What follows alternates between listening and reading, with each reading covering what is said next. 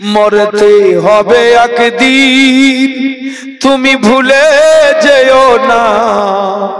হবে মাটির বিছানা গো তোমার আসল ঠিকানা। গাড়ি বাড়ি সুন্দর বিবি সঙ্গে যাবে না। হবে মাটির বিছানা গো তোমার আসল ঠিকানা। মহান আল্লাহ পাক বলছেন, কুল্লু নাফসিন যায়িকাতুল মাউত। প্রতিটা জানকে, প্রতিটা জীবকে, যার মধ্যে নফস আছে, যে ব্যক্তির মধ্যেই নফস আছে, সে আপনার গরু হতে পারে, ছাগল হতে পারে, আর অন্যান্য কোন জীব জন্তু হতে পারে, গাছ হতে পারে, শুধু মানুষ নয়। আল্লাহ পাকের ঘোষণা মোতাবেক জীবন যার আছে, আল্লাহ বলছেন তাকে মৃত্যুর স্বাদ গ্রহণ করতে হবে। শুধু স্বাদ গ্রহণ করা লাগবে। যায়িকাতুল মাউত বলে আল্লাহ পাক তফাৎ করে দিয়েছেন, বান্দারে মৃত্যুর স্বাদ গ্রহণ করে তুমি ধ্বংস হয়ে যাবে না। আপনি ধ্বংস হয়ে যাবেন না। ধ্বংসটা কি হবে? আপনার দেহটা ধ্বংস হবে। আপনার দেহটা যখন আপনি ছেড়ে দেবেন, জগতের মানুষ বলবে আজকে আব্দুর রহমান ইন্তেকাল করেছে, আব্দুর রহমানের লাশ পড়ে আছে, আব্দুর রহমান ইন্তেকাল করেছে। আব্দুর রহমান আজকে মওতের স্বাদ গ্রহণ করে তার দেহ নামক গাড়িটা আপনার ছেড়ে দিয়ে ড্রাইভার হিসাব মতো নেমে গেছে। এই দেহটা মানুষ আপনার গোসল দিবে, কাফন পরাবে, আতর দিবে, গোলাপ দেবে, মানুষ আপনার দেহের গোসল দেবে। দেহটা মানুষ নিয়ে গিয়ে কবর দেবে, জানাজা পড়বে, কবর দিবে, মাটি দেবে। আব্দুর রহমান আজকে কোথায়? আব্দুর রহমানের কিন্তু গোসল হলো না। হলো গো? বুঝতে পারছেন আপনারা? আব্দুর রহমানের শরীরে আতর পড়লো না, আব্দুর রহমানকে কেউ কাফন পরাতে পারলো না। কাফন পরালো কাকে? আব্দুর রহমানের পোশাক পরে আছে, হিসাব মতো জামাটা খুলে, জামাটা কিন্তু পোশাক, এই জামা কাপড়টা কিন্তু দেহ নয়। এই দেহের পোশাক হলো এই জামা কাপড়। এই জামা কাপড়টা এখানে পরে থাকবে, আমি চলে যাব। জামা কাপড় নিয়ে আপনি কি করবেন? বন্ধুরে আমার, বাবা জীবন আমার, আব্দুর রহমান কিন্তু নাই। আব্দুর রহমানের কেউ গোসল দিতে পারলো না, আব্দুর রহমানকে কেউ আতর দিতে পারলো না, আব্দুর রহমানকে কেউ খাটে শোয়াতে পারলো না। আব্দুর রহমানকে কেউ, আপনার মনে করুন আজকে খাটে শুইয়ে তাকে আপনার জানাজা, ওখানে একটু লেখেন, ঠিক আছে আপনি ওখানে একটু লেখেন তো, খাতা কলম নিয়ে লেখেন, লেখে তারপর আমাকে বলে, অনেক খাতা কলম নিয়ে লেখেন। তো বাবা জীবন ভাইরা আমার, একটু মনোযোগ সহকারে শুনুন। আল্লাহ রাসূল বলছেন, দুনিয়া মাযিরাতুল আখিরাত, দুনিয়া হচ্ছে আপনার আখিরাতের বাজার। আপনাকে কিন্তু সুন্দর সুন্দর বাজার করে এই পৃথিবী নামক জায়গা থেকে দেহ আপনাকে ত্যাগ করতে হবে। বাবা জীবন ভাইরা আমার, একটু আপনাদেরকে বলে যাই, কুল্লু নাফসিন যায়িকাতুল মাউত, মওতের স্বাদ গ্রহণ করে এই জগৎ শুধু নয়, আপনার দেহকে ছেড়ে দিতে হবে। আপনাকে পবিত্র হওয়া লাগবে। কবরে যাওয়ার পূর্বে পবিত্র হতে হবে আপনাকে। এই দেহতে থাকা অবস্থায় আপনাকে গোসল করা লাগবে, আপনার পবিত্রতা লাগবে। আল্লাহ পাক বলছেন, বান্দারে, আল্লাহ তাআলা বলছেন, বান্দা শোনো, ওয়া মাইয়ামাল সুআন আও ইয়াজলিম নাফসাহু সুম্মা আস্তাগফিরিল্লাহ ইয়াজিদিল্লাহ গফুরুর রহিমা। আল্লাহ তাআলা বলেন, বান্দা, তোমার জীবনের কর্মের মধ্যে যদি তুমি ভুল করে থাকো, এই কর্মজীবনে যদি আপনার ভুল থাকে, এই ভুল আপনাকেই শুধরাতে হবে। পৃথিবীর কোনো মানুষ আপনাকে শুধরে দেবে না। কর্মের ভুল আপনি কেমন করে শুধরাবেন সেটাও কিন্তু আল্লাহ পাক কোরআন মাজিদের মধ্যে জানিয়ে দিয়েছেন। সব জানিয়ে দেওয়ার পরেও আপনি যদি নাপাক অবস্থায় কবরে যান, কবর আপনার জন্য জাহান্নামের বাগিচা হয়ে যাবে। আপনি যদি পবিত্র হয়ে কবর নামক জায়গায় আপনার দেহ রেখে দেন, বন্ধুরে আমার, ওই কবর আপনার জান্নাতের বাগান তৈরি হয়ে যাবে। আল্লাহর রাসূল আল্লাহর নবী বলেছেন, এই জগতের মুমিন বান্দা তোমরা শুনে রেখে দাও, এই মুমিন তোমরা শুনে রেখে দাও, আমার নবী আমার রাসূল বলছেন, মুমিন বান্দা এই দুনিয়াটা হলো তোমাদের জন্য জেলখানা, কবরের জীবন তো হচ্ছে তোমাদের স্বাধীন জীবন, কবরের জীবন হবে তোমাদের জান্নাত। জান্নাতের প্রথম ধাপের নাম, মুমিনদের জান্নাতের প্রথম ধাপের নাম হলো কবর। এই কবর থেকে মুমিন বান্দা আপনার জান্নাতের সুখ ভোগ করবে। আমার মা বোনেরা, বাবা জীবন ভাইরা আমার, আল্লাহর রাসূল বলেছেন, কিয়ামতের দিন যেদিন সব মানুষ কবর থেকে উঠবে, সেই দিন মানুষগুলো যারা আযাবের মধ্যে গ্রেফতার থাকবে তাদের ব্যাপার হবে আলাদা। আর মুমিন বান্দাদের জন্য আপনার যেহেতু সেটা জান্নাতের বাগান হবে, কবর থেকে মানুষগুলো যেদিন উঠবে সেই দিন মনে হবে লক্ষ কোটি কোটি বছর পার করে দেওয়ার পরেও তার মনে হবে এই তো মাত্র আমি শুলাম, আর কিছুক্ষণ হলো আমি জেগে গেলাম। এই কবরটাকে, কবরস্থানের উন্নতি কল্পে যেহেতু জালসা দিয়েছেন, নিজেকে আগে উন্নত করুন। কবরে যাওয়ার পূর্বে নিজের উন্নতিটাকে আগে ভাবুন যে আমি গোরস্থানে তো যাবই, দেহটা আমাকে গোরস্থানে রাখতে হবে, তার পূর্বে আমার কি উচিত। আপনি কখনো ভাববেন না যে আমার দেহ তো পড়ে আপনার সরে যাবে, কে কোন দিকে খেয়ে ফেলবে, আবার কি তাই উঠে।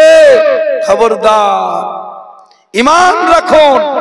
আল্লাহ পাক কোরআন মাজিদের মধ্যে বলে দিয়েছেন, হযরত ইব্রাহিম আলাইহিস সালাতু ওয়াস সালাম যখন আল্লাহর কাছে বললেন, আয় আল্লাহ পাক, আমি মুর্দাকে যে দেখতে চাই জীবিত কিভাবে হয়, মুর্দাকে দেখতে চাই জীবিত কিভাবে হয়।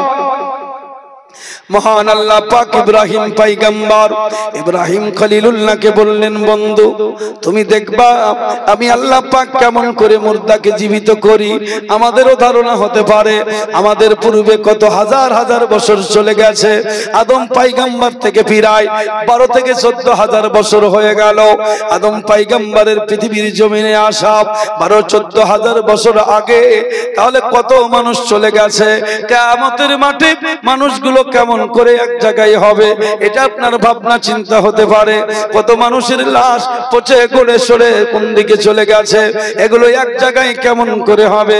বন্ধুরে, হযরত ইব্রাহিম খলিলুল্লাহ আলাইহিস সালাতু ওয়াস সালাম মাবুদের দরবারে ডাক দিয়ে বললেন, মাবুদ আমি একটু দেখতে চাই, কাইফারিনি তুহিল মাউতা, ওগো আল্লাহ মৃত্যুকে তুমি কেমন করে জীবিত করো, আমাকে একটু দেখাও, আমি দেখব। আল্লাহ পাক ডাক দিয়ে বলেন, বন্ধু এ আমার খলিল ইব্রাহিম, আমি যে জীবিত মুর্দাকে জীবিত করতে পারি, এর উপরে কি তোমার বিশ্বাস নাই, এর উপরে কি তোমার ইয়াকিন নাই?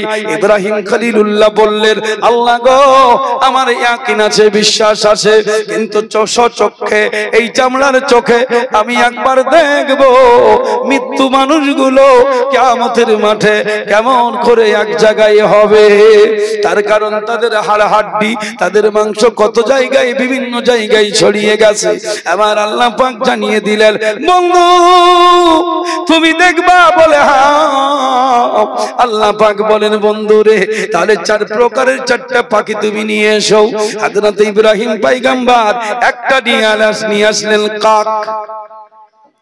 আল্লাহ পাক বললেন ওটা জবাই করে দাও। তারপরে নিয়ে এলেন মোরগ, মোরগটাকেও জবাই করে দাও। তারপরে নিয়ে এলেন মনে করুন আপনার কবুতর, আল্লাহ বলছেন সেটাকেও জবাই করে দাও।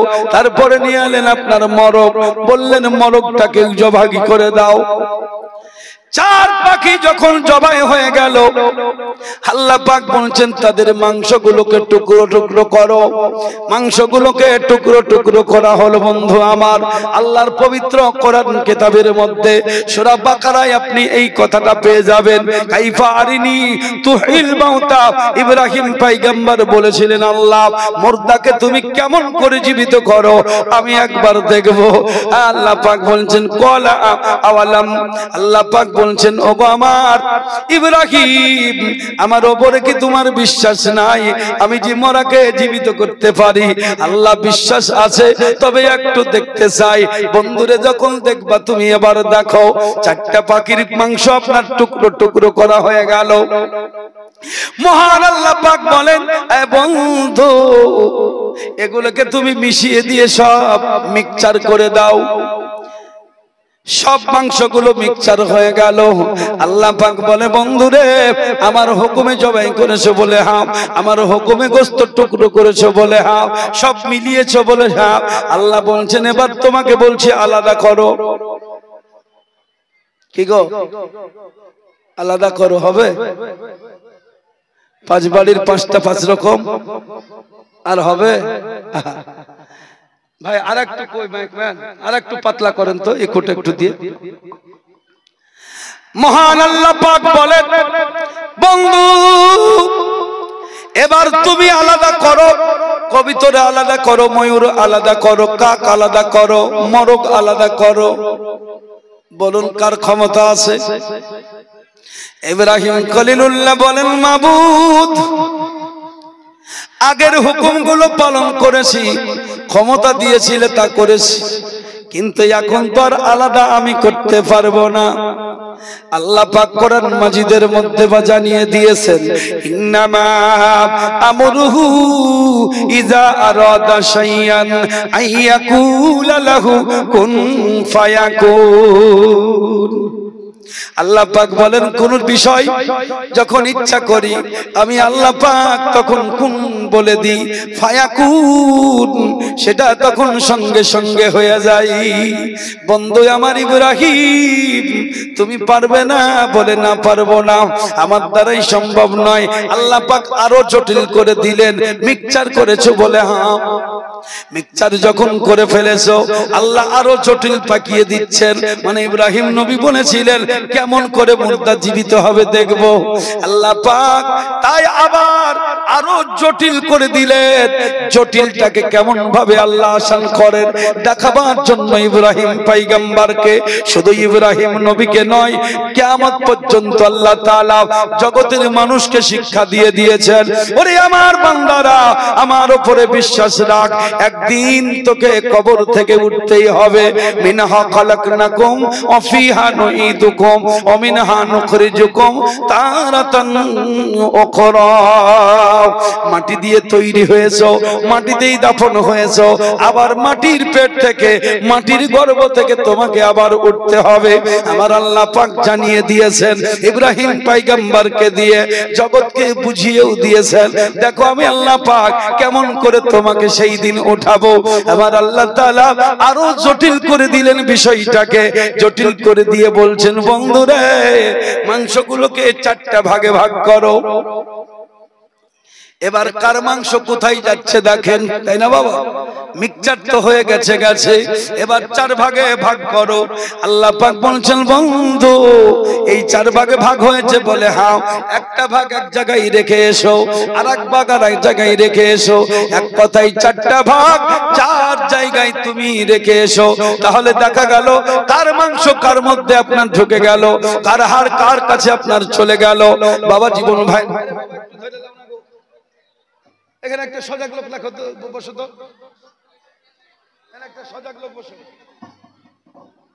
এখানে একটা সজাগ মানুষ বসো যে ধরে নিতে পারবে এরকম মানুষ। একটু দরুদ শরীফ পাঠ করুন, আল্লাহুম্মা সাল্লি আলা সাইয়্যিদিনা মাওলানা, সামনে এখানে ধরে নিবে, ওয়ালা আলি সাইয়্যিদিনা মাওলানা মুহাম্মদ সাল্লাল্লাহু তাআলা আলাইহি ওয়াসাল্লাম। আমার বাবা জীবন ভাইরা এবার লক্ষ্য করে দেখুন, এক জায়গায় কিন্তু আর মাংস নাই, আছে বাবা? মাংস কিন্তু চার জায়গায় ছড়িয়ে গেল। মহান আল্লাহ পাক ডাক দিয়ে বললেন, বন্ধু, আমার বন্ধু, যাদেরকে তুমি জবাই করেছিল মাথাগুলো কই? বলে মাথা আছে। আল্লাহর পয়গম্বর আল্লাহ পাক বললেন, মাথাগুলোকে নিয়ে এক জায়গায় বসো, তারপরে এবার তুমি ডাক দাও। আল্লাহ ইব্রাহিম নবীকে দিয়েই ডাক দেওয়াচ্ছেন। ওরে ময়ূর, আমার আল্লাহ পাক হুকুম দিয়েছে তুই জীবিত হয়ে আমার কাছে চলে আয়। ইব্রাহিম খলিলুল্লাহ যেমনই ডাক দিলেন, চার পাহাড়ে চার জায়গায় হাড় হাড্ডি মাংসগুলো ছিল, পর আলাদা জায়গায় পড়েছিল, অন্য কোনো পর গেল না। ময়ূরের পরগুলো উড়ে চলে গেল, ডানা তৈরি হয়ে গেল, আর মাংস হাড় হাড্ডি গুলো এসে এক জায়গায় হয়ে ময়ূরের সুন্দর বডি তৈরি হয়ে গেল। জোরে বলুন সুবহানাল্লাহ। আল্লাহর পয়গম্বর ইব্রাহিম খলিলুল্লাহ আশ্চর্য হয়ে গেলেন, যেটা আমার দ্বারাই সম্ভব নয়। হাড় মাংস কোথায় ছিটিয়ে গিয়েছিল, আল্লাহর অর্ডার হওয়া মাত্র সব আপনার যেন ময়ূর তৈরি হয়ে গেল, কাক তৈরি হয়ে গেল, মরক তৈরি হয়ে গেল, কবুতর তৈরি হয়ে গেল। কাটা মাথা, মাথা কারো নাই, সবাই আপন আপন উড়ে উড়ে এসে আপন আপন মাথায় সেট হয়ে গেল, আর আপন আপন গন্তব্যস্থলে আপনার চলে গেল। আল্লাহ পাক বললেন, বন্ধুরে, তোমার সম্মুখেই তোমাকে আমি দেখিয়ে দিলাম আর হাড্ডি কোথায় চলে গিয়েছিল, মাংস কোথায় চলে গিয়েছিল, বিভিন্ন জায়গায় ছিটিয়ে দিয়েছিলে, কিন্তু আজকে এক জায়গায় কেমন করে হলো দেখলাম। আমার বন্ধুরে আমার, আমি আল্লাহ পাক যখন হুকুম দিব, 1 বছর নয়, 2 বছর নয়, কোটি কোটি বছর পূর্বে যে সমস্ত দুনিয়া থেকে চলে গেছে, আমি আল্লাহ তাআলা হুকুম দেওয়ার সঙ্গে সঙ্গে সবাই তখন আবার এক জায়গায় হয়ে হাসরের ময়দানে দৌড়াদৌড়ি করবে। বুঝে ধর্ম পালন করুন, ভয় নয়।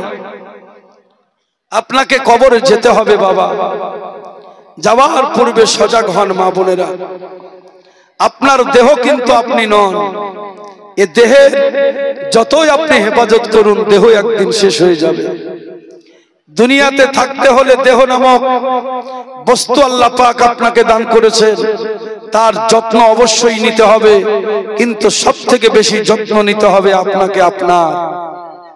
আপনি যদি আপনার যত্নে কম করেন, পরজগতে আপনি কিন্তু সেই দিন পস্তাবেন যে আমি দুনিয়া নামক জায়গাতে গেলাম, পেলাম আমি অফুরন্ত সম্পদ সবকিছু, কিন্তু নিজেকে পবিত্র করতে পারলাম না।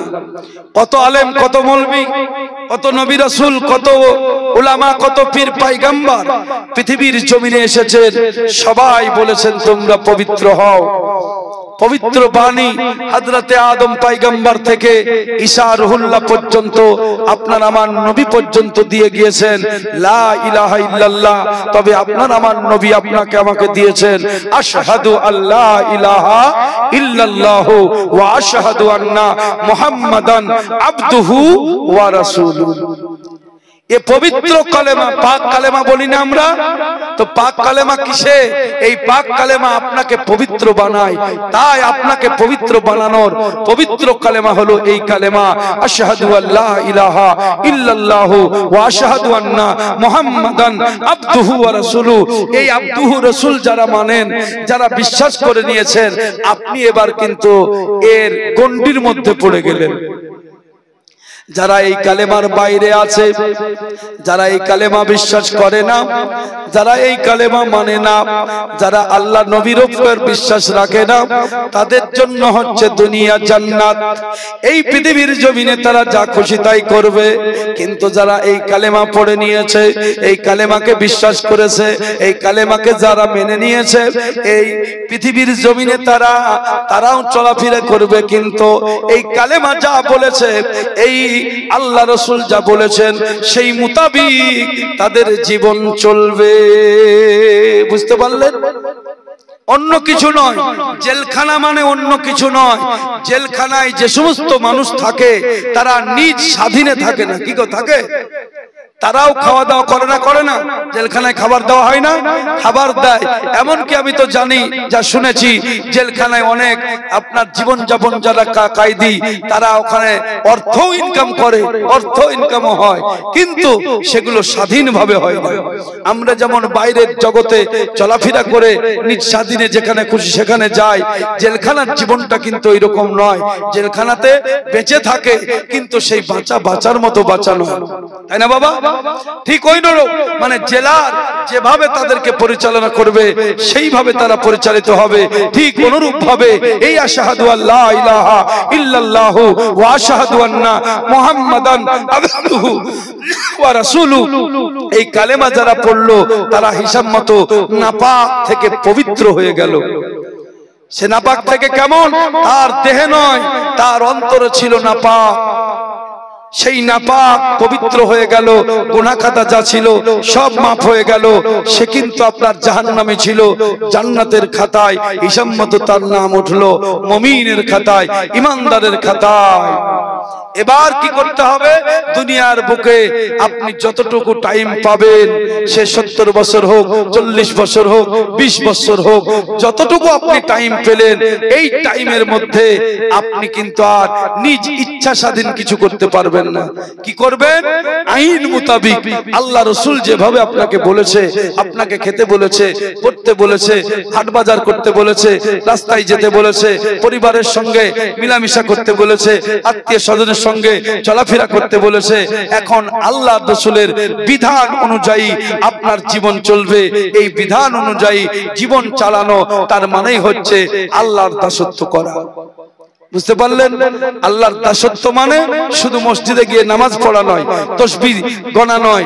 আল্লাহর দাসত্ব মানেই হচ্ছে আল্লাহর পায়রবি, আল্লাহর আইন কানুন মেনে আপনার এই জীবন আপনাকে চালাতে হবে। আপনি মাঠে যাবেন, আল্লাহর আইন ফলো করতে হবে। যেন আমি পরের জমি আল ঠেলে না বের করে নিই। বুঝতে পারলেন? পরের ধান, নিজের ধান বাদ দিয়ে পরের ধান কেটে নিয়ে এসে যেন গোলা না বোঝাই করি। ছাগল, গরু, মুরগি, ভেড়া পুষতে হবে, তার মানে এ নয় যে আমার তো নাই, পরের জমিতে ভুট্টা আছে, কেটে নিয়ে এসে ছাগল পুষবো, এটা কিন্তু আর চলবে না। বুঝতে পারলেন? মানে আল্লাহর আইন সর্বক্ষেত্রে সর্ব জায়গায় আপনাকে ফলো করতে হবে। যে আল্লাহ রাসূল কি বলেছেন, আমার নবীজি সুবহানাল্লাহ মাহালিমাতুস সাদিয়ার ঘরে বন্ধুদের সাথে মেষ চড়াতে যেতেন, তার মানে এটা নয় নবী রাখাল, এ কথা বলা যাবে না। এক পণ্ডিত সাহেব বলছেন নবী তো ছোটবেলায় ছাগল চড়িয়ে বেড়েছেন। এ কথাটা কেমন কথা বাবা বলুন তো?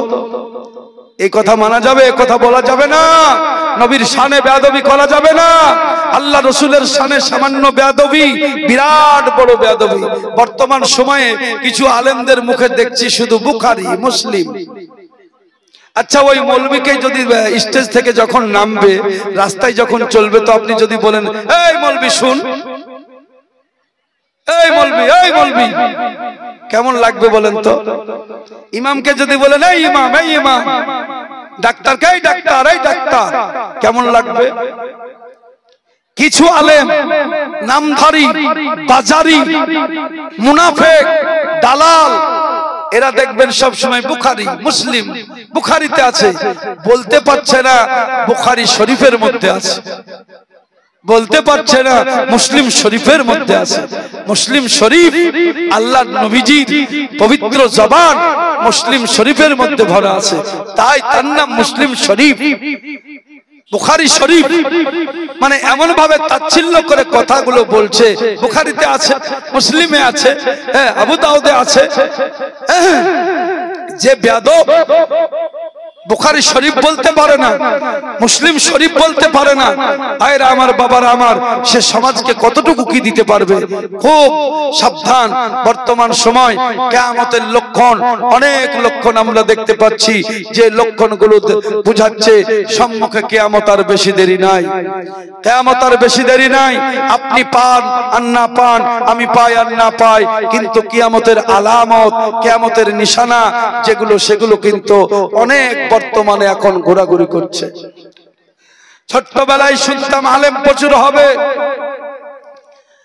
আমি যখন বক্তা, আলহামদুলিল্লাহ মাওলানা জীবনী গায়ক বক্তা শেহরুল ইসলাম আছেন, একসাথে জায়গায় দাঁড়িয়ে দিলে মনে হবে আমার থেকে আমি ওর ছেলে আর ও আমার বাপ, কিন্তু আদৌ তা নয়, আমি ওর বাপ আর ও আমার ছেলে। আমার কাছে দাঁড়ালে মনে হবে ওর আমি ছেলে, কিন্তু হিসাব করতে গেলে আমি ওর বাপ আর ও আমার ছেলে।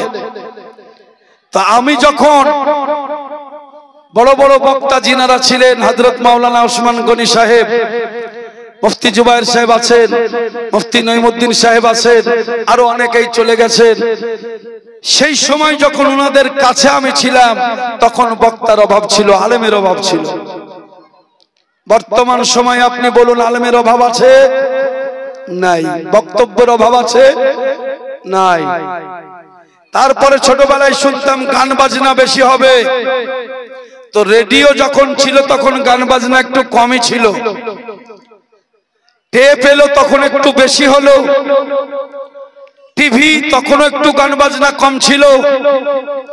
বর্তমান এই যে সময়, ছোটবেলা থেকে আজ থেকে 30 বছর পর, 30 বছর আগে যে কথাটা শুনেছিলাম, 30 বছর পর সেটা একবার বাস্তবে দেখতে পাচ্ছি যে গান বাজনা বেশি হবে, আলেম উলামা বেশি হবে, আলেমে আলেমে আপনার মহব্বত থাকবে না, হিংসায় জর্জরিত হবে।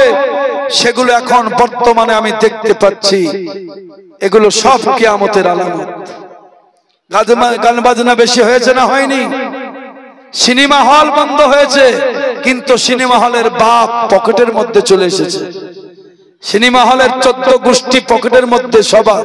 বর্তমান সময়ে মোবাইল দেখা, টিভি দেখা ফতোয়া আর আছে যে টিভি দেখা যাবে না, টিভি দেখা যাবে না বলবে কে?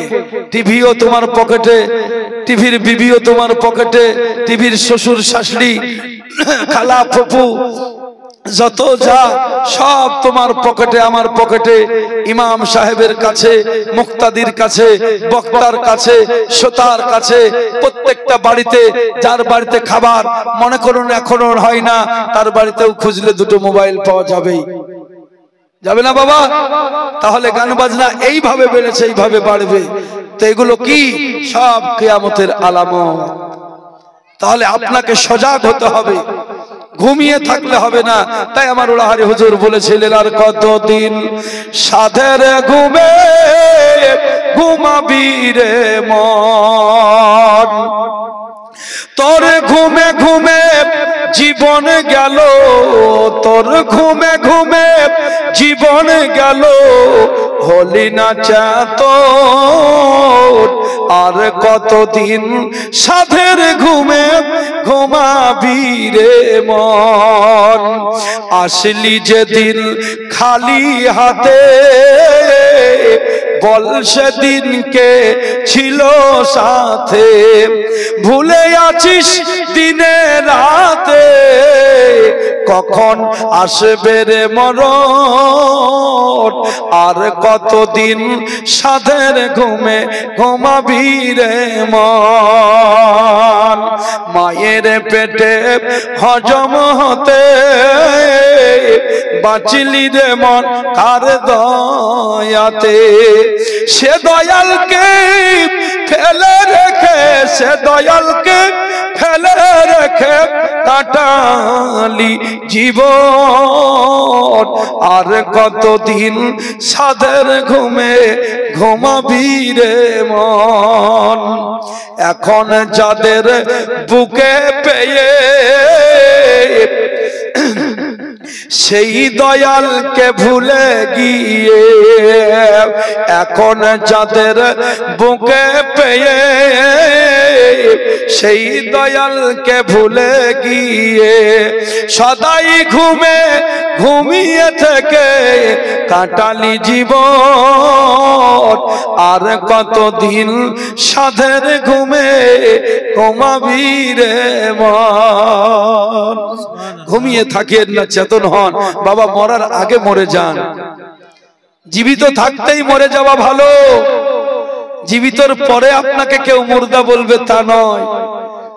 যদি কারো ঋণ করে থাকেন বিশেষ করে ঋণ পরিশোধ করবেন, যতই কষ্ট হোক জীবিত অবস্থায় ঋণ পরিশোধ করে কবরে যান।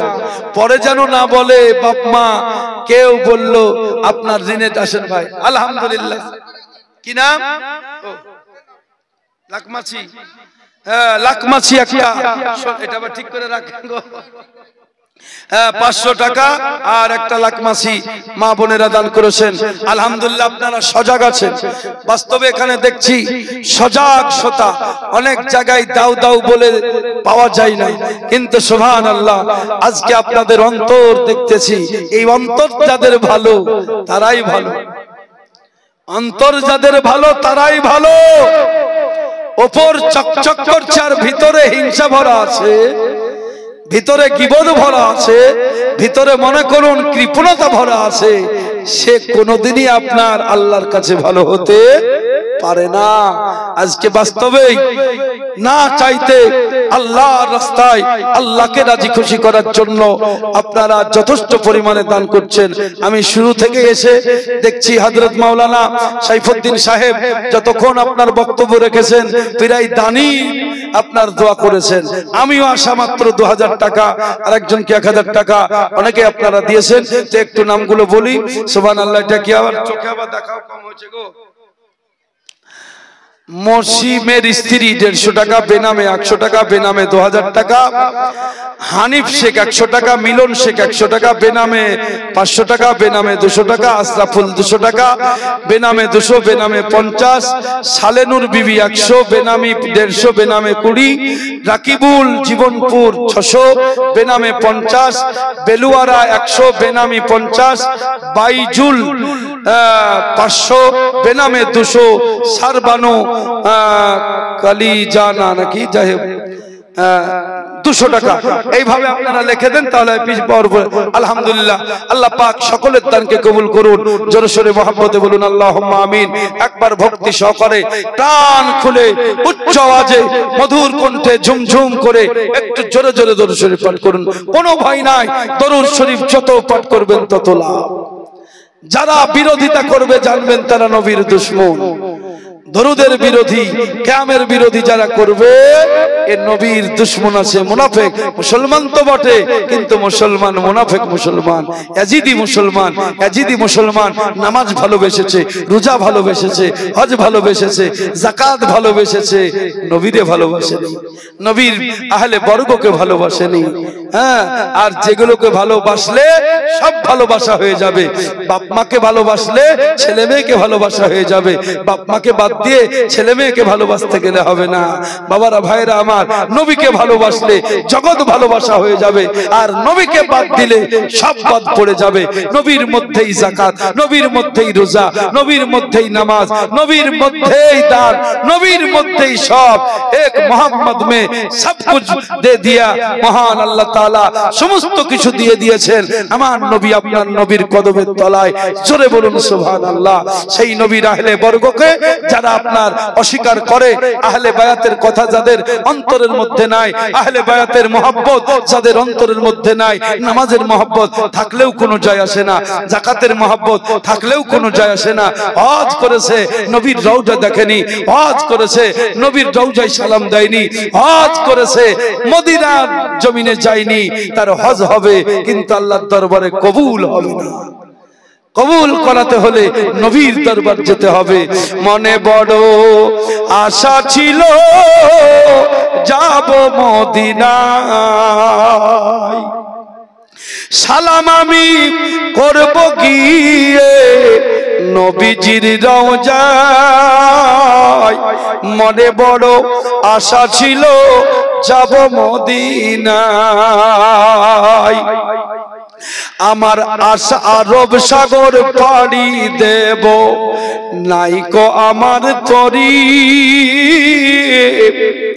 আর পাখির মতো উড়ে যাব ডানাতে ভর করি আমার আশায় আছে সম্বল নাই গো করি কি উপায় মনে বড় আশা ছিল যাব মদিনায় মনে বড় আশা ছিল যাব মদিনায় মদিনা যাওয়ার আশা সবার অন্তরে যেন থাকে যেতে পারেন আর না পারেন আল্লাহ কবুল যদি করে নেয় হাশরের ময়দানে যারা গিয়েছেন তাদের কাতারেই আপনি জায়গা পেয়ে যাবেন টাকা থাক যেতে পারেন আর না পারেন রাসূলকে দেখার বাসনা মনের মধ্যে জাগাবেন আল্লাহ তোমার পৃথিবী বহু জায়গা দেখলাম একবার কমসে কম সোনার মদিনা মক্কা তোমার নবীজির জন্মভূমি তোমার নবীজি যে জায়গায় আছেন আল্লাহ সেই জায়গা আমাকে একবার দেখাও রাসূল বলেছেন মান জারা কবরি ওয়াজাবাত লাহু শাফাতি যে আমার কবর জিয়ারত করলো আমার শাফাত থেকে বঞ্চিত থাকবে না আমরা কবর জিয়ারত করি আর তাদের বাবাজি জ্বলন হয় রাসূল বলছেন আমার কবর জিয়ারত করো আমরা পীর মানি পীরের পাইরবি করি তাই আমাদেরকে পীর পূজারী বলা হয় পীর পূজারী বাস্তবে ইবাদত আমার নবীজি বলেছিলেন হযরতে ওমর রাদিয়াল্লাহু তাআলা আনহুকে হাদিস পড়ো কিন্তু বোঝো না ওমর কাকে ভালোবাসো ওমর কাকে ভালোবাসো হযরতে ওমর বললেন রাদিয়াল্লাহু তাআলা আনহু তিনি বললেন নবী গো সব থেকে আমার নিজের জীবনকে ভালোবাসি আল্লাহর হাবিব বললেন ওমর তোমার জীবনের থেকেও যদি সাইকেলের ও সাইকেলের গ্যারেজ যেখানে সেখানে আপনারা রাখুন আর মা বোনেরা সামনের দিক থেকে বসে পিছনটা খালি করবেন বাসের আগে বাম্পারে ভিড় হতো এখন বাম্পারে আর ভিড় নাই এখন আর বাম্পার নাই বাম্পার উঠে গেছে পিছনে মানুষ বসতো এখন তো আগে থাকতে হবে সামনেটা আপনারা ছেড়ে দিয়ে পিছনে থাকছেন মা বোন বাপজি ভাইরা আজকে এই সময় গায়ের মাহরম নয় বক্তা যে আছে তাকে দেখলে পাপ হবে না আর বক্তাও যদি দেখে কাউকে পাপ হবে না পাপ হওয়ার নজর হলো আলাদা সেই নজরে যদি আপনি দেখেন তবেই পাপ হবে কি গো এই যে আমি ছুলেই পাপ এখন যদি গর্দন ধরে দুকিল দিই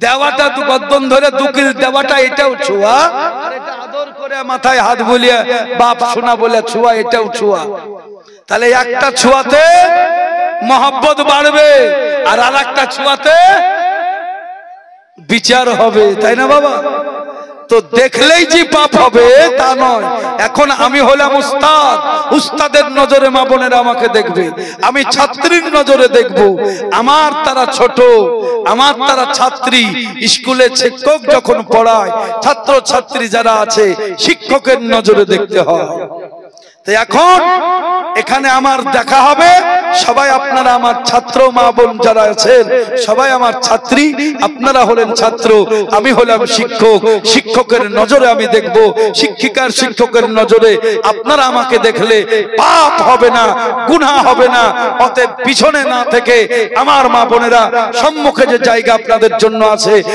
আগেকার জায়গা পূরণ করুন তারপরে পিছনে থাকবেন আর যারা বসে আছেন একেবারে বসে না থেকে সাইডে কমসে কম একটু জায়গা দিয়ে দেন আর মা বোনেরা একটা দিক আপনাকে বলি জাগা টাকা স্বামী বিশেষ করে এই তিনটা জিনিসকে, সন্তানকেও চারটা জিনিসকে খুব ভালোবাসে।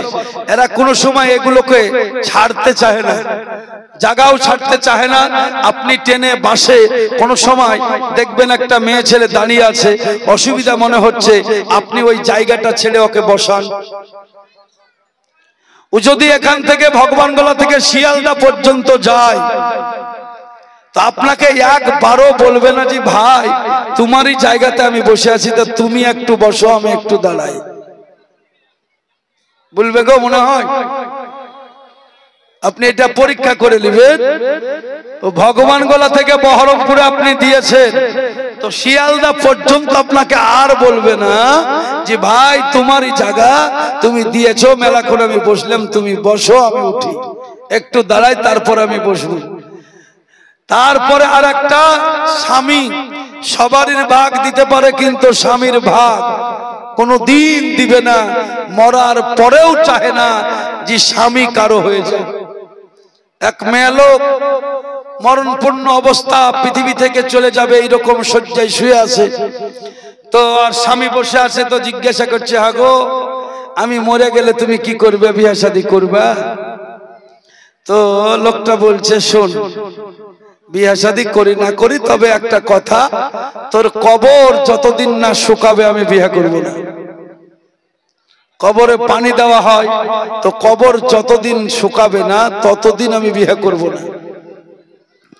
ঠিক আছে, ও একটা পলন পেয়ে গেল যে আমি মরিয়া যাব, কিন্তু তোকে বিয়ে করতে দিব না, এ স্বামী আমি অন্য কারো হতে দেব না। মরিয়া যাওয়ার পরেও তুমি যখন বললে, ও মনে মনে বলছে কবর যেন না শুকায়, তো কি করবে?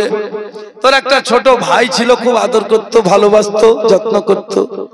তোর ভাইকে এক সময় ডেকে বলছে, ভাই শোন, আমার যা অবস্থা, আমি তো মরে যাব, তো তোকে একটা ওসিয়ত করছি, মরার পরে মানবি, করবি? বলে কি? একটু কাজ করবি, প্রতিদিন না দিলেও হবে, একদিন পানি দিলে কম কমরে 5 দিন যাবে না বাবা? 2-5 দিন যাবে, এক বালতি যদি ঢেলে দেয় তো 3 দিনও তো যাবে। তো বলছে 2-3 দিন পর পর আমার কবর একটু করে পানি দিয়ে আসিস, কবরটা যেন শুকাতে দিস না, কবর যেন না শুকায়। মানে উদ্দেশ্য কেউ বলেছে যে কবর শুকাবে তো বিয়ে করব, আর কবর যদি না শুকায় বিয়ে করতে পাবে না। তো বলছে যে ভাই তুই এক কাজ করবি, আমার কবরে গেলে আমার কবরটাকে শুকাতে দিস না। তো যাই হোক, বেচারা আপনার মরণপূর্ণ অবস্থায়, এমন অসুখ, তো কিছুদিন পর মরে গেল। কবর টবর দেওয়া হলো, লোকটা ভাবছে মনে হয় 1 সপ্তাহ হলো কবর শুকিয়ে গেছে, এতক্ষণ ওকেই পানি থাকে। তো যে দেখছে তো কবর যা শুকাবে তার থেকে ভিজা বেশি।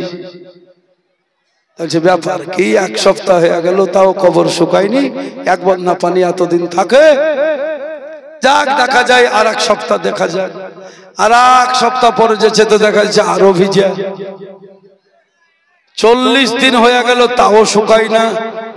বলছে ব্যাপার কি, 40-এর মিলাদ টিলাদ সব হয়ে যে তখন সব শেষ, দুঃখ বেদনা যত যাচ্ছ ছিল সব তো ধুয়ে মুছে আপনার শেষ করা হলো।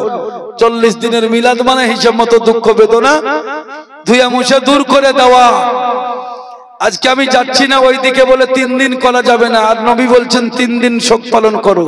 তো যে কাঠমোল্লা বলছে 3 দিনে মিলাদ পড়া হবে না, ওই কাঠমোল্লাকে সুদান জিজ্ঞাসা করুন যে 3 দিন কি করবে। রাসূল বলেছেন 3 দিন শোক পালন করতে হবে। তো 3 দিন ধরে কে বাড়িতে সবাই কান্নার জন্য সব ব্যবস্থা করবে, পাড়ার মানুষ ডেকে 3 দিন ধরে কাঁদবে, কি করবে? এ কাঠমোল্লা 3 দিন খুঁজে পাই না, অথচ রাসূল 3 দিন শোক মানাতে বলেছেন। তাহলে আমরা শোকটা কিভাবে মানাই? যে একদিন যেদিন চলে গেল গেল, তারপর দিন যা হলো হলো, তো যা হলো হলো, ধুয়ে পাকলে এদিক ওদিক করে, যে 3 দিনে এক কাজ কর, একটা আলেম মৌলবি ডাক, নাকি বাবা?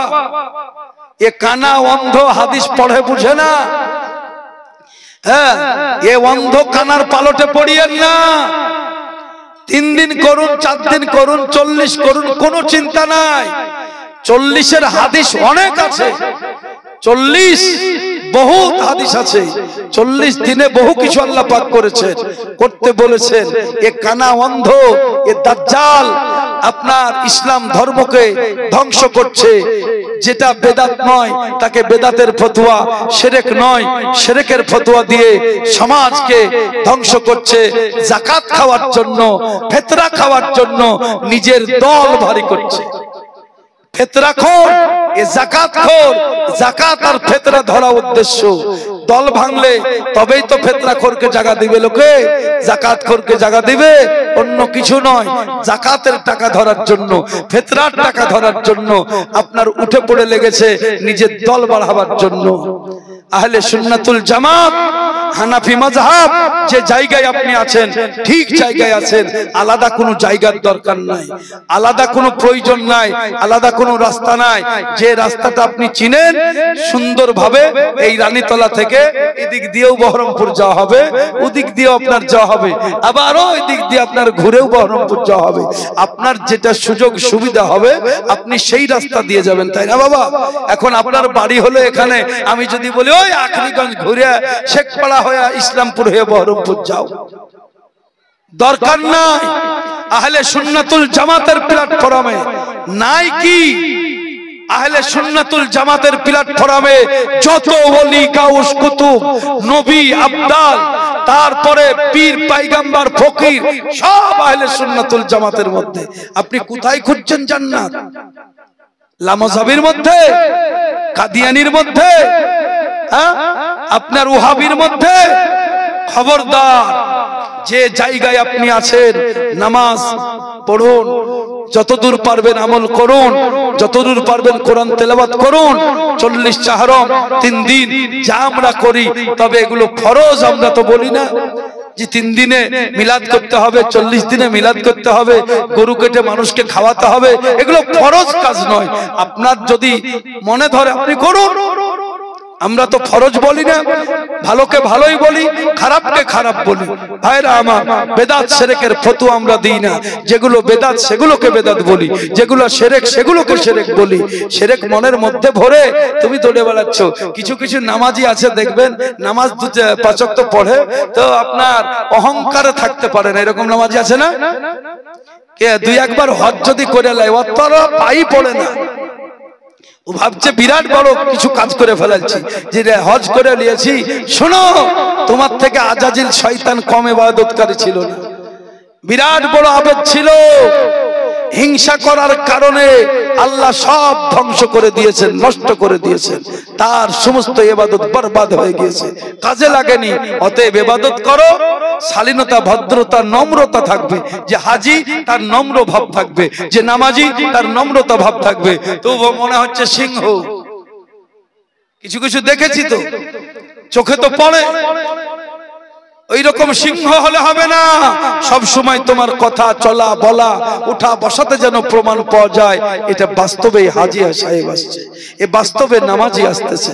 কিন্তু নামাজি এমন নামাজি, অহংকারী নামাজি, ওই অহংকারের নামাজ ফাওয়াইলুল লিল মুসাল্লিন আল্লাযিনা হুম আন সালাতিহিম সাহুন। ও নামাজ আল্লাহ তোমার কবুল করবে না, বরং তোমার মুখে ছুঁড়ে মারবে। এইলে তোর হজ, এইলে তোর যাকাত, এইলে তোর ফিতরা, এইলে তোর নামাজ। এ নামাজে নামাজ নয়। তাই বলবো আমার বাপজি ভাইরা আমার, 3 দিন ধরে শোক মানানো তার মানে 3 দিন ধরে কান্না করা নয়। আমরা কি করি? হ্যাঁ, এক বড় তাফসীর কারক বলছে কুলখানি কোথাও নাই। আরে পুরা কোরআন শরীফে কুলখানি, তুই বুঝিস কি? পুরা কোরআনটাই কুলখানি। কয়েকটা সূরায় আছে 4 কুল, আছে না নাই? কুল আউযু বিরাব্বিল ফালাক, কুল আউযু বিরান নাস, ও কুল হুয়াল্লাহ, কুল ইয়া আইয়ুহাল কাফিরুন, আছে না নাই? তাই এবার যদি আপনি মনে করুন 3 বার কুল হুয়াল্লাহ শরীফ পড়লে 1 বার কোরআন তেলাওয়াতের খতম সওয়াব পাওয়া যায়। তো এখন আপনি কি করলেন?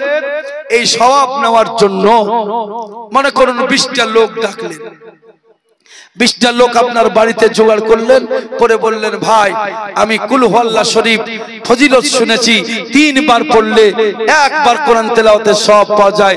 তো সেই মোতাবেক 1000 বার কোরআন কুল হুয়াল্লাহু আহাদ পড়ব। তো আমি তো একাই সম্ভব নয়, তো আমরা সবাই মিলে পড়ব। তো এটা খারাপ, এটা হারাম। শয়তান হাদিস পড়ে বোঝে না, কোরআন পড়ে আমল করে না, কোরআনের জ্ঞান সঠিকভাবে দিতে পারে না। এই হারামখোরদের পাল্লায় পড়বেন না। এক হারামখোর মোবাইলে দেখতে পাওয়া যায় ফিতরা আর যাকাত খেয়ে খেয়ে জলহস্তির মতন আপনার শরীর করেছে। জলহস্তির মতন শরীর। আলেম নয়, আলেম নয়, কারি সাহেব। ও কারি সাহেব আলেম বলবি লয়, গায়ের জোরে কথা বলে, হাদিস কোরআন বুঝে না। বুঝতে বলেন? বলে যে বাড়িতে মানুষ মারা যাবে ওই বাড়িতে চুলহা জ্বলবে না। শোনো, ওই বাড়িতে চুলহা জ্বলবে। তখন অভাবের সময় ছিল, আমার এখন আছে, আমি পারবো, আমি যদি করি তাতে কোনো অসুবিধা নাই। ভাইরা আমার, বাবারা আমার, সেই কারণে আপনাদের কাছে আমার অনুরোধ থাকবে, আজে বাজে মৌলবীর বক্তব্য শুনে নিজের ঈমান আকীদা নষ্ট করবেন না। ভক্তি সহকারে মহব্বত একটু দরুদ শরীফ পড়ুন। আল্লাহুম্মা। ঠিক আছে, আমি তো নাম বলার দরকার নাই, যেগুলো দরকার হ্যাঁ প্রয়োজন নেই, যেগুলো দরকার সেগুলো একটু না বললে মানুষ। হ্যাঁ, ওয়ালা আলি সাইয়্যিদিনা মাওলানা মুহাম্মদ সাল্লাল্লাহু তাআলা সাল্লাম। তো ভাইরা আমার, এবার সেই কি কথাটা আপনাদেরকে বলছিলাম, সেই ওর বোন ভাইকে বলেছিল যে আমার কবর একটু পানি দিস। ই কিন্তু পানি শুকাবার জন্য তাকিয়ে আছে যে কবর শুকাবে কবে। আর ই কিন্তু প্রতিদিন বুঝলেন, মনে করুন দুদিন একদিন পর পর বহিনের কথা মোতাবেক কবরে পানি ঢেলে দিয়ে পালিয়ে আসে। ই ভাবছে ব্যাপার কি রে, 40 দিন হয়ে গেল তাও কেন শুকাই না। তো বলছে দাঁড়া, ব্যাপারটা কি আগে আমাকে জানতে হবে, এতদিন তো পানি থাকবে না। তো সেই দিন কাজে কর্মে না গিয়ে গোরস্থানে চুপচাপ গিয়ে বসে আছে। এমন সময় দেখা যাচ্ছে ওর সেই ছোট শালা, ও আপনার বদনালি এসে বালতি এসে পানি দিয়ে ও চলে যাচ্ছে, আর চট করে ধরেছে। বলে বেটা, তুই পানি কিসের পানি দিস তোর বহিনের কবরে? তো ভাই আর বলিও না, আমার বহিন যখন মারা যায় আমাকে খুব আদর করতো, যত্ন করতো। তা আমাকে একটা নসিহত করে গেছে যে আমার কবরে একটু পানি দিবি। আমি বলেছিলাম পানি দিব, সেই কারণে আমি এই মাঝে মধ্যে আসে একটু পানি দিয়ে চলে যাই। ও তখন বলছে শালা, আমি আর চাইছি যে কবর শুকাবে কবে, আর তুমি শালা কবর ভিজিয়ে দিয়ে চলে যাও, তাহলে আমার আশা পূর্ণ হবে কবে? আমার আশা তো পূর্ণ তুমি করতে দাও না। তো বলার উদ্দেশ্য হলো, আমার মা বোনেরা স্বামী ভক্ত হয়, স্বামীকে খুব ভালোবাসে। আমার বাপজি ভাইরা, তাদের সঙ্গেও আপনারা খুব বিল মহব্বত রাখবেন। স্বামী স্ত্রীর সম্পর্ক, সমস্ত সম্পর্কের আগের সম্পর্ক হলো স্বামী স্ত্রীর সম্পর্ক। মা বাপের সম্পর্ক পরে, নানা নানির সম্পর্ক পরে, স্বামী স্ত্রীর সম্পর্ক হলো আগে। আমার আল্লাহ পাক আদম পয়গম্বর তৈরি করলেন, দলিলি কথা আপনাকে বলছি দেখুন। আদম আলাইহিস সালাম তৈরি হলেন, জান্নাতের মধ্যে আল্লাহ পাক রেখে দিলেন। আমার আল্লাহ তাআলা ডাক দিয়ে বলেন, আদম তুমি কেমন আছো একটু আমাকে শোনাও। হযরতে আদম আলাইহিস সালাম বলেন, আল্লাহ জান্নাত খুব সুন্দর জায়গা, এখানে অভাব কিছু নাই, তবে আমি একাই, আমি শান্তিতে নাই। ভয় নাই আমাদের, আমাদের আসল বাড়ি হলো জান্নাত। জান্নাতে আমাদেরকে ফিরে যেতে হবে ভালো কাজ কর্ম নিয়ে। বুঝতে পারলেন? মা যেখানে ছিল, বাপ যেখানে ছিল, সেটাই হলো আমাদের স্থান। হযরতে আদম আলাইহিস সালাম বললেন, আল্লাহ জান্নাত তো এমন জায়গা যেখানে কোনো জিনিসের অভাব নাই, কিন্তু মাবুদ গো, এই জান্নাতের মধ্যে আমাকে ভালো লাগে না। আমার আল্লাহ পাকের হুকুম হলো, হযরতে আদম পয়গম্বরের বাম পাজরের একটা বেঁকা হাড়, সেই হাড় দিয়ে হযরতে মা হাওয়া আলাইহিস সালামকে তৈরি করে দিলেন। অপরূপ সুন্দরী মা হাওয়া আদম পয়গম্বর যখন দেখলেন তার মনটা এবার স্থির হয়ে গেল, সাংসারিক জীবন একাই হবে না, দুইজনেরই আপনার লাগবে। আপনি যেমন বাইরের কাজ করবেন, গিন্নি তেমন বাড়ি সামলাবে। আপনার পরিশ্রমটা যেমন পরিশ্রম, তার পরিশ্রমটাও কিন্তু আরো অনেক। আপনি ছেলে ছেড়ে দিয়ে চলে গেছেন, বিবি ছেলে সামলাই, ঘর সামলাই, ছেলের জ্বালা যন্ত্রণা আপনাকে কিন্তু ভোগ করতে হয় না। আপনি বাইরে যেমন কষ্ট ভোগ করেন, বাড়িতে তেমন বিবি আপনার কষ্ট ভোগ করে। তাহলে দুইজনের সমানই অধিকার হিসাব মতো আল্লাহ পাক কোরআন মাজিদের মধ্যে বলেছেন, হুন্না লিবাসুল লাকুম ওয়া আনতুম লিবাসুল লাহুন্না। স্ত্রীকে তুমি ছোট মনে করিও না, স্ত্রীকে কমজোর মনে করিও না, স্ত্রীকে তুমি বাদ দিও না। হুন্না লিবাসুল লাকুম ওয়া আনতুম লিবাসুল লাহুন্না। আল্লাহ পাক কোরআন মাজিদের মধ্যে বললেন, স্ত্রী আর স্বামী তোমাদের সম্পর্কটা কেমন গাঢ় হবে, যেমন পোশাকের সাথে দেহের সম্পর্ক, দেহের সাথে পোশাকের সম্পর্ক। একজন যদি ভালো পোশাক পরে দেখতে বড় ভালো লাগে, পোশাক মানুষের ইজ্জত বাড়িয়ে দেয়, পোশাকের কারণে কিন্তু ইজ্জত ছোট হয়ে যায়। নোংরা পোশাক পরে যদি আমি এখানে আসতাম, লোকে আমাকে ঘৃণা করত, বলে এই বক্তা ভালো নয়, এ বক্তা পোশাক সম্পর্কে তার চেতনাটা নাই, এ পোশাক তার ভালো নয়, একে বাদ দিয়ে দাও। মৌলবি ভালো কিন্তু পোশাক সম্পর্কে তার জ্ঞান নাই। আল্লাহ পাক বলছেন, হুন্না লিবাসুল লাকুম ওয়া আনতুম লিবাসুল লাহুন্না। পোশাক যেমন তুমি ভালোবাসো, স্ত্রীকে তেমনি তুমি ভালোবাসো। শাড়ি কাপড় যেমন তুমি ভালোবাসো, ঠিক অনুরূপ ভাবে তুমি স্বামীকে ভালোবাসো। স্বামীর কাছ থেকেই তুমি জান্নাত পাবে, মানে স্বামীর কাছ থেকেই তোমার মনের সুখ পাবে, দেহের শান্তি পাবে, মনের শান্তি পাবে। তোমার সংসারটা জান্নাতের বাগান তৈরি হয়ে যাবে। দুইজন যদি এক মন হয়ে যাও, দুইজন যদি পরস্পর এক মনে যদি তোমরা কাজ করো, যতই দুঃখ কষ্ট থাকুক না কেন, দুঃখ কষ্টের মধ্যে দিয়ে তুমি জান্নাতি সুখ তুমি ভোগ করতে পারবা।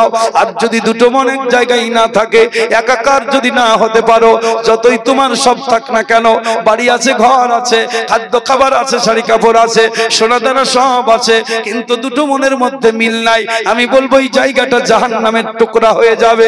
বাবা জীবন ভাইরা আমার, তাই কোন কবি বলেছিলেন, কোথায় স্বর্গ কোথায় নরক, কে বলে তা বহুদূর, মানুষেরই মাঝে স্বর্গ নরক, মানুষেতে সুরাসুর। রিপুর তালনায় মদের বিবেক যখন পাই গলয়, আত্মগ্লানির নরক অনলে তখনই পুরিতে হয়।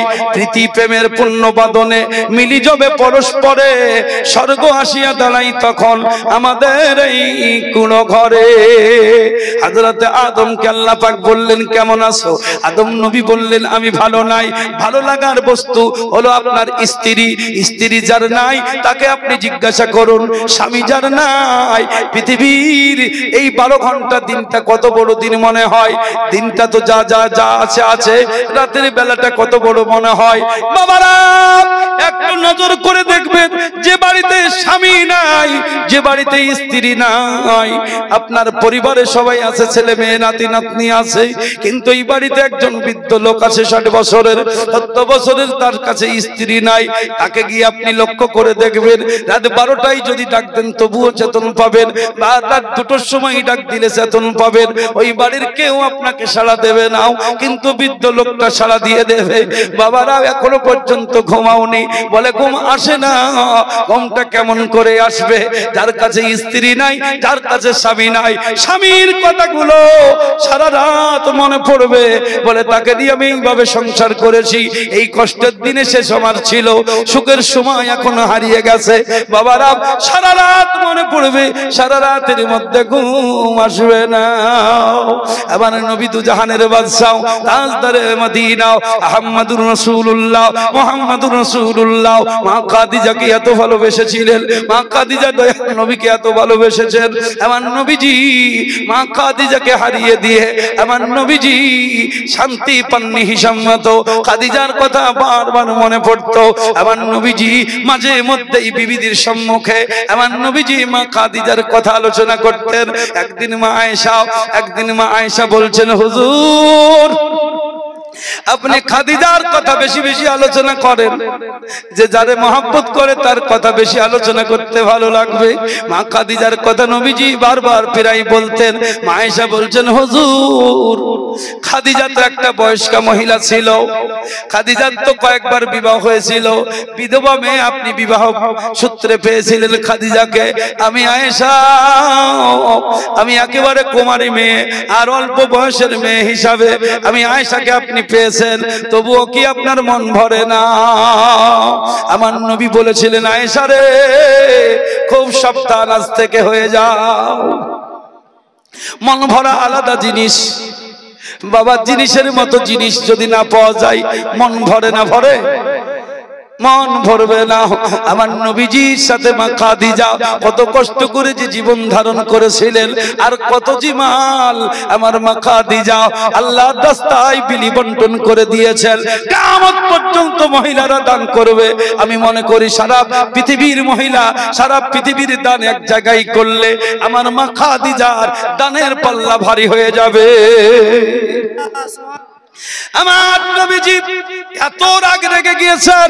মা আয়েশা বলছেন, হুজুর রহম করুন, রহম করুন।